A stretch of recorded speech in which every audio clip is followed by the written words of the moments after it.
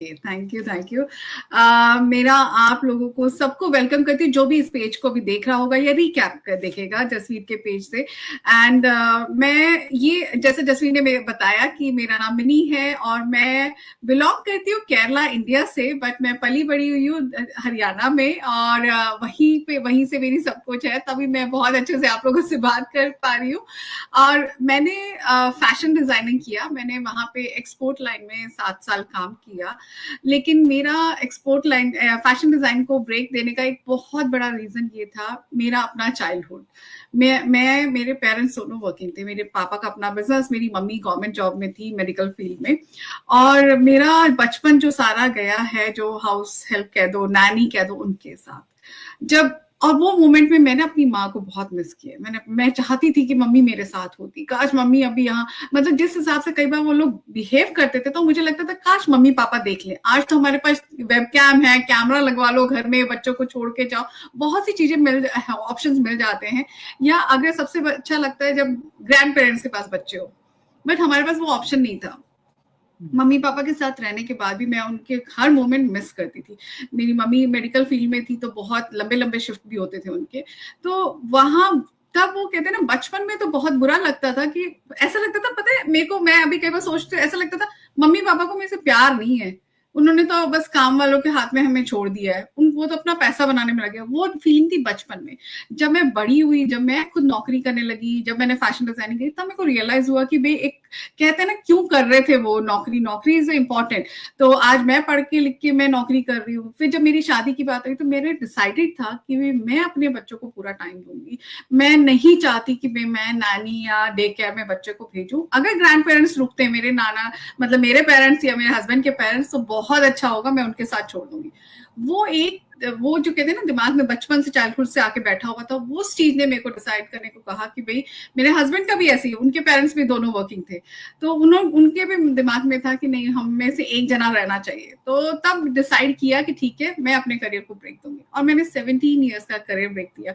और वो भी मैं इसलिए दे पाई क्योंकि हम लोग अबू धाबी में थे, अबू धाबी, दुबई, सब को पता है कि भाई वहां एक सैलरी में बहुत अच्छे से मैनेज हो जाता है, सब कुछ बहुत अच्छा मैनेज होता था। मैं साल में 3 बार ही इंडिया जाती थी और बच्चों को अच्छे से देखती थी, मैं एक परफेक्ट मदर थी।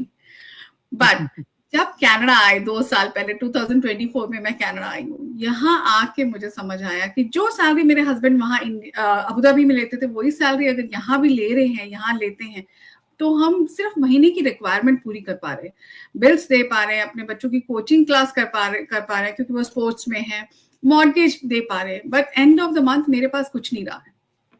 मेरा बेटा, मैं टीनेजर्स बच्चों की मदर हूँ, मेरा बेटा यूनिवर्सिटी जाएगा इस सितंबर से, तो हमारे पास कुछ तो चाहिए, क्योंकि 12th तक तो आपकी एजुकेशन फ्री है, बट उसके बाद तो आपको एजुकेशन के लिए आपको अच्छा अमाउंट देना है, तो वो कहाँ से लाएंगे।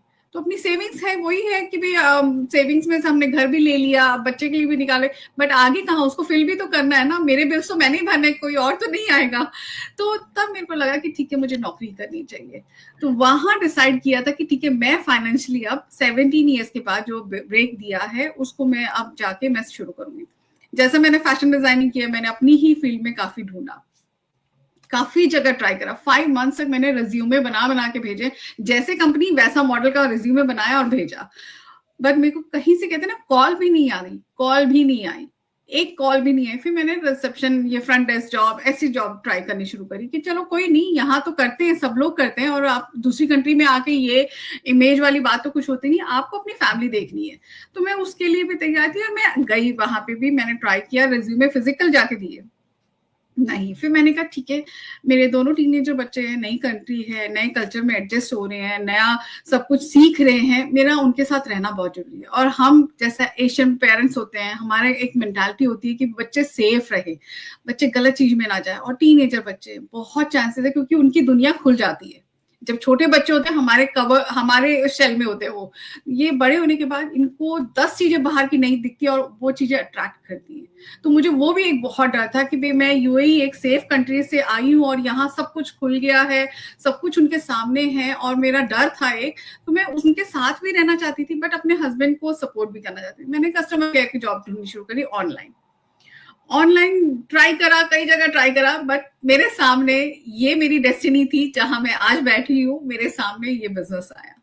मैंने इसे एक्सप्लोर किया, डर बहुत था, मैंने इसे एक्सप्लोर किया और ये था मेरा एक स्टेप इस बिजनेस में आने का। आज मुझे 2024 दिसंबर में मैंने ये बिजनेस ज्वाइन किया है, तब से मैंने अभी तो कोई नौकरी नहीं ढूंढी, इतना मैं बता सकती हूँ। तो मैं कितनी मैं सेटिस्फाइड हूँ इस बिजनेस से, कितना ये बिजनेस मुझे दे रहा है, इसका प्रूफ है कि मैंने दोबारा नौकरी कहीं अप्लाई नहीं करी।